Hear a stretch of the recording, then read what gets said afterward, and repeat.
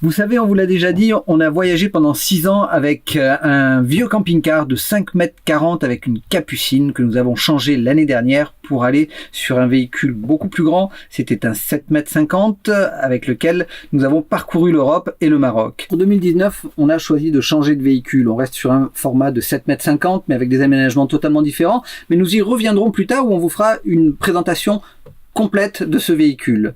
Ce qui nous tenait à cœur, par contre, c'était de vous faire un bilan de cette année passée avec ce 396, avec lequel on a parcouru plus de 35 000 km. On vous parle de tout ça maintenant.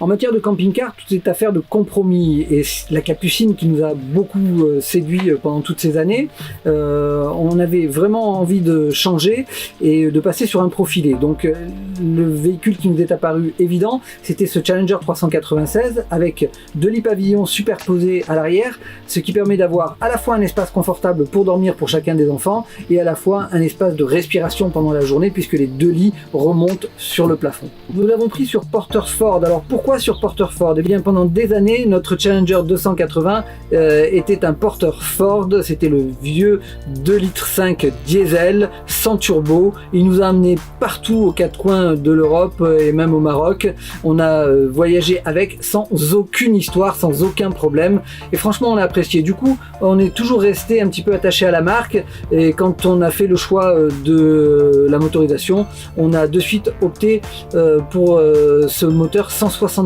chevaux diesel de chez Ford. Par ailleurs, sachez que notre vieux 280 a repris du service puisqu'il est reparti avec une autre famille qui aujourd'hui voyage avec et qui s'en sort très bien, qui continue à le faire rouler. Alors me direz-vous, mais pourquoi changer de camping-car? Eh bien, on va faire le point sur ce que l'on a aimé sur ce camping-car et puis sur ce qu'on a moins aimé, puis après on vous dira pourquoi on a décidé de changer de camping-car.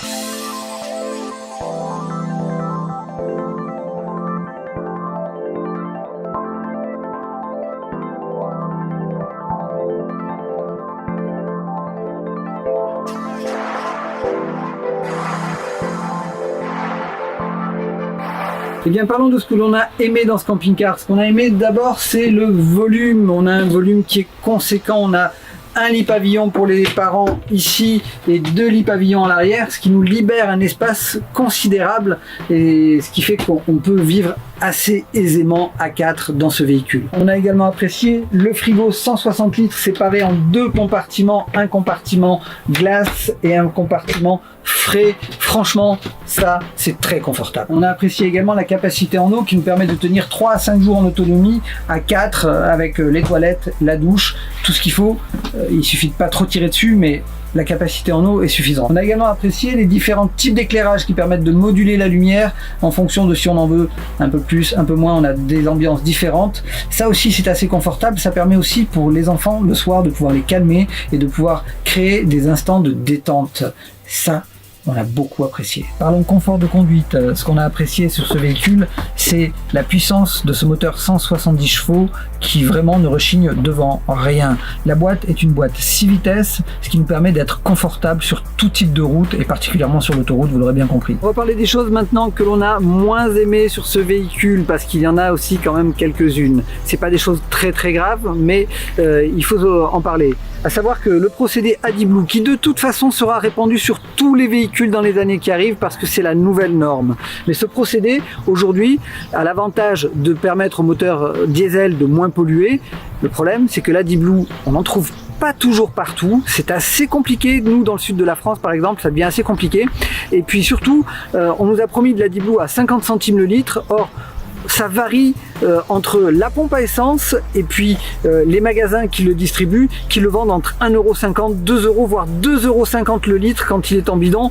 Et ça, j'avoue que ça fait partie des choses qui m'ont un petit peu agacé. Dans les choses qu'on a un peu moins appréciées également, c'est la longueur du véhicule. C'est un 7,50 m et 7,50 m pour nous qui sortions d'un véhicule de 5,40 m, ça reste toujours assez compliqué à manipuler. Même si aujourd'hui on repart sur un 7,50 m, c'est juste que notre programme aujourd'hui nécessite ce type de véhicule.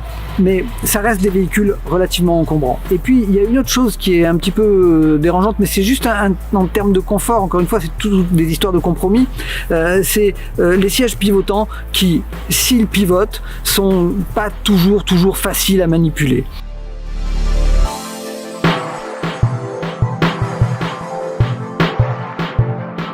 Alors me direz-vous, pourquoi changer de véhicule? Eh bien tout simplement parce que ce 396 était parfaitement adapté au programme que nous avions défini pour cette première année où nous avons fait un tour d'Europe et puis également la traversée du Maroc du nord au sud.